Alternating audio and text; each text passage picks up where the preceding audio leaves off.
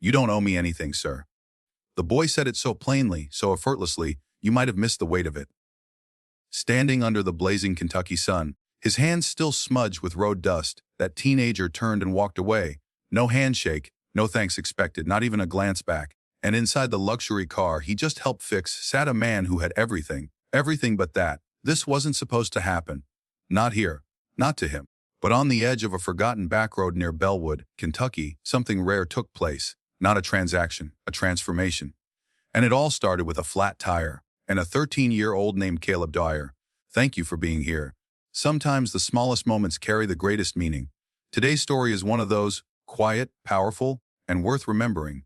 If it touches your heart, feel free to share your thoughts in the comments. And if you'd like more stories like this, you're warmly invited to subscribe and tap the bell so you won't miss the next one. Now, let's take a closer look at what really happened. The flat tire that changed everything. Matthew Aldridge had built a kingdom from numbers.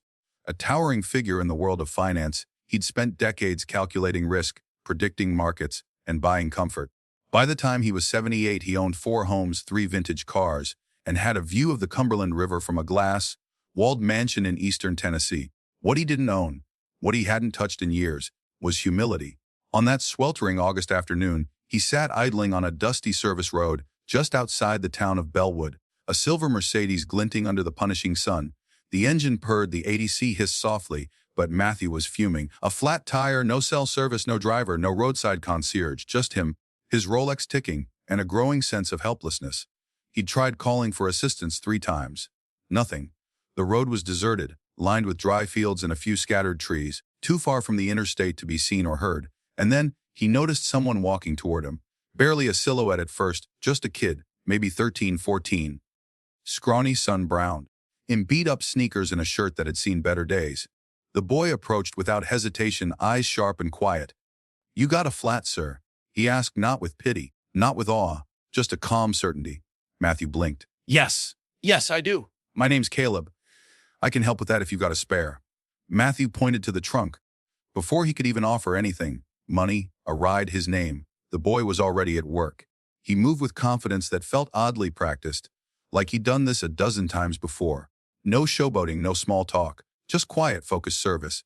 Matthew stood back, unsure of what to do with his hands. He hadn't changed a tire in 50 years. He hadn't even looked at the jack in that car. Yet here was this kid, working methodically like a young mechanic, and something about that made him feel exposed. The job was done in minutes. The boy gave a quick nod, wiped his hands on his jeans, and started to walk away. Hold on, Matthew said, fumbling for his wallet. He pulled out 2 20s and extended them through the open window. "Take this. Please, you didn't have to stop, and I appreciate it." But Caleb just shook his head, taking a small step back. "No thank you, sir. I'm just happy to help." And that was it. He turned and kept walking, dust swirling around his feet, the sun catching in the frayed brim of his cap. Matthew sat frozen, the bill still in his hand, a strange ache in his chest. Not insult, not pride, something older, something he hadn't felt in a long time. That night Matthew sat in his walnut-paneled study, untouched steak growing cold on the side table, scotch swirling slowly in his glass. Outside, crickets sang their hymn to the southern dusk. Inside, only silence. But in his mind, he kept seeing that boy Caleb, walking down the road without asking for a thing. Matthew had spent a lifetime surrounded by people who wanted something. Partners, investors, politicians, they all spoke in deals, in margins, in favors. But that kid, he gave something far rarer, grace. And it unsettled Matthew to his core. Who was he? Where did he learn that? And why did it matter so much? By sunrise, Matthew knew he had to find him. He didn't tell anyone, not his assistant, not his housekeeper. He simply filled the tank, picked up a coffee, and drove back toward Bellwood. He asked at diners, gas stations, churches. Most hadn't seen anyone fitting the description. Until a woman behind the counter at an old cafe on Main Street squinted and said, "Sounds like Caleb Dwyer. Lives with his mama out in Cold Hollow." Cold Hollow. Even the name felt like a place stories were born. Matthew nodded, left a tip, and drove toward the foothills. He didn't know what he was searching for. A thank you, closure, or something deeper he couldn't name. All he knew was this. Caleb had awakened something in him that no hedge fund or beachfront villa ever had, and he wasn't going to ignore it. Crossfire, a boy's backyard, and a man's reckoning. The road to Cold Hollow twisted like a question Matthew couldn't yet answer. It was barely marked on the map, just a thread of gravel and memory wending through pine-studded hills. By the time Matthew reached the edge of town, the Mercedes was coated in dust, but he hardly noticed. His eyes scanned every porch, every screen door, searching for something. He pulled into a modest neighborhood of clapboard houses and quiet yards. A mailman pointed him to a pale blue house with a sagging porch and a rusty wind chime that sang with the wind. Matthew stepped out of his car, unsure of what to say, unsure of what he even hoped to find. He knocked. The door creaked open a moment later, revealing a woman in her early 40s. Her hair was pulled back in a bun. Her T-shirt bore faint grease stains. Her eyes were curious, but not unkind. "Yes, good morning. My name is Matthew Aldridge. I think I met your son yesterday, Caleb. He helped me change a tire, wouldn't take a dime." The woman's eyes softened instantly. "That sounds like Caleb," she said with a tired but genuine smile. "Always fixing something. He's out back if you'd like to say hi." Matthew followed her through a small living room with a worn couch and family photos lining the walls. Some framed, some curling at the corners. On a side table sat a framed photo of a man in uniform. Her husband, maybe. The screen door led out into a modest backyard. A crooked fence lined the perimeter. The grass was patchy. And there, hammering a loose plank, was Caleb. He looked up, blinking in surprise. "Hey, mister," Caleb said, brushing off his jeans. "What are you doing here?" Matthew chuckled lightly, hands in his pockets. "I wanted to thank you. You helped me more than you know." "It wasn't a big deal." Caleb shrugged, easy as always. "But to me, it was." The older man hesitated, then sat down on a low bench by the porch. The boy stayed standing, leaning against the fence with a carpenter's pencil behind one ear. Matthew studied him, the thin frame, the hand-me-down jeans, the dirt under his nails. "Can I tell you something?" Matthew asked. "Sure. You reminded me of who I used to be. When I was a boy, we didn't have much either. My dad worked double shifts and taught me to fix things around the house. I used to think that mattered. Then I started chasing money. I forgot." Caleb didn't speak, just listened, brow slightly furrowed. "You didn't ask for anything, Caleb. That's rare, that's real. And I think you should know. It meant something." The boy looked at the ground, then back up at Matthew. "I just believe if someone needs help and you can help, then why wouldn't you?" It was so simple. So clean and so hard for Matthew to hear. The back door creaked, and Caleb's mom stepped out holding a dish towel. "Caleb, lunch is almost ready," she called, then turned to Matthew. "Would you like to stay? It's not much, but you're welcome." Matthew hesitated. He wasn't used to such open-heartedness, but the warmth in her voice left no room for retreat. "I'd like that," he said. Inside, the kitchen was small but clean. The table wobbled slightly, and the chairs didn't match, but there was a loaf of fresh bread on the counter and vegetables roasting in the oven. The smell was better than anything at his country club. They talked over lunch. Caleb spoke about his school, his dream of becoming an engineer. His mother talked about her late husband, a mechanic who died of cancer 2 years prior. They didn't have much, but they managed, and more than that, they cared. Matthew listened more than he spoke. He felt something uncoil inside him, something he'd locked away for years in vaults and contracts. Gratitude. Before he left, he pulled Caleb's mother aside. "You've raised a remarkable boy," he said. She smiled and patted his hand. "We've had our share of hard days, but we learned to find the light." Outside, Caleb had already picked up his hammer again, working on the fence. "Caleb," Matthew said, "I want to do something for your family. Not charity. Not pity. Just something right." The boy looked uncertain. "We're okay, mister. We don't need anything." Matthew knelt down to Caleb's level. "I know.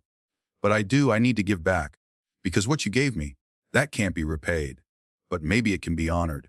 Collapse rebuilding more than a house. By the time Matthew Aldridge drove back to his Riverside estate that evening, his mind wasn't on markets or retirement clubs or his untouched inbox.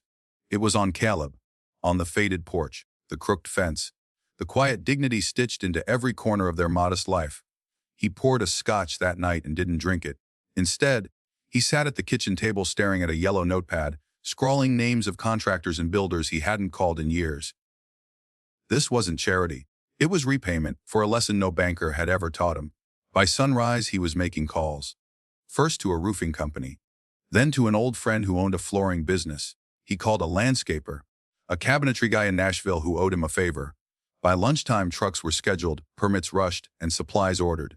And within a week, change began. The first morning the crews arrived in Cold Hollow, Caleb and his mother stood speechless on the front lawn. A white van pulled up with clean line roofing, stenciled on the side, a flatbed loaded with lumber parked behind it. Then another van, then a porta-john, then a roll-off dumpster. "What is all this?" Caleb's mother asked, hand over her mouth. Matthew stepped from his car with a clipboard, smiling like a foreman. "It's a little overdue maintenance," he said gently, "if you'll let me." Her eyes filled with tears, but she nodded. She didn't argue. Not this time. Over the following weeks, the house transformed. The sagging porch was replaced with sturdy cedar planks and thick railings. The cracked roof came down in a cascade of shingles and rose again, shining under the Tennessee sky. Inside, drywall was patched, pipes replaced, floors leveled. The kitchen gleamed with new tile and Whisper's soft drawers. An ancient fridge was swapped for a brand new stainless steel model. Out back, the rusted swing set was taken down. A fresh one went up in its place, with 2 swings a slide and a small climbing wall. At first, Caleb tried to help, holding wood sweeping debris, but Matthew insisted. Your job," he told him with a wink, "is to be a kid today." Still, Caleb hovered, watched, asked questions. One of the carpenters, a burly man named Joe with a thick beard and a soft heart, noticed Caleb's curiosity. "You want to learn how to read blueprints?" he asked. Caleb's eyes lit up. From that moment on, Caleb was everywhere, measuring boards, asking about torque settings, quizzing electricians on circuit breakers. He stayed up late reading about home design on his mom's old tablet. One night, he drew up a diagram for a tool shed he hoped to build someday. Matthew watched it all unfold from a distance, a quiet pride swelling in him. This was wealth. Not digits in a fund, but impact. And not just for them, for him. The day the renovations wrapped up, the town of Cold Hollow felt like it held its breath.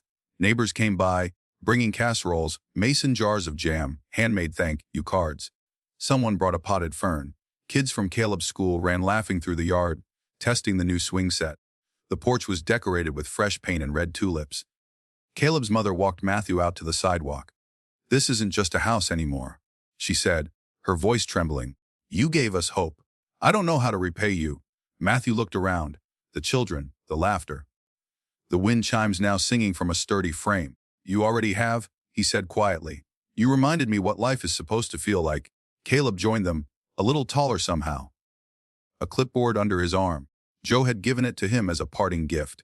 "I've been thinking, Mr. Matthew," he said, "about everything you did. I want to do something like that one day. I want to help people too." Matthew crouched slightly, looking the boy in the eye. "You already did," he said, his voice thick with emotion. "That day on the road, you helped someone who thought he had nothing left to learn." The boy's grin stretched wide. The 3 of them sat on the porch as the sun dipped below the horizon. The day grew cooler. A breeze stirred the trees. The porch light flickered on, but the real light, the one in Matthew's heart, had been burning for weeks now. And this time, it wasn't going out. Reflection, the wealth you can't count. In the weeks that followed, Matthew Aldridge did something no one in his social circle would have understood. He kept going back to Cold Hollow, not because he had to, but because it felt right, natural. Like brushing dust off an old photograph and remembering who you were before the world told you to be someone else. The Mercedes was no longer out of place on that street. By the 3rd visit, kids waved as he drove in. By the 4th, he was invited to a church potluck. He came with homemade cornbread, burnt slightly, and no one minded. It became routine. Matthew would swing by to see Caleb. They'd talk tools, blueprints, sometimes baseball. On weekends, he'd sit with Caleb's mother on the porch, sipping iced tea and swapping stories about raising kids, losing love and starting over. Sometimes they didn't talk at all, just watched the wind move the trees and felt time stretch gently around them. Caleb was thriving. Matthew had quietly arranged for him to shadow Joe, the carpenter, every other Saturday. He bought him a set of starter tools engraved with his initials, CD, etched on the handles like heirloom silver. The boy was hooked.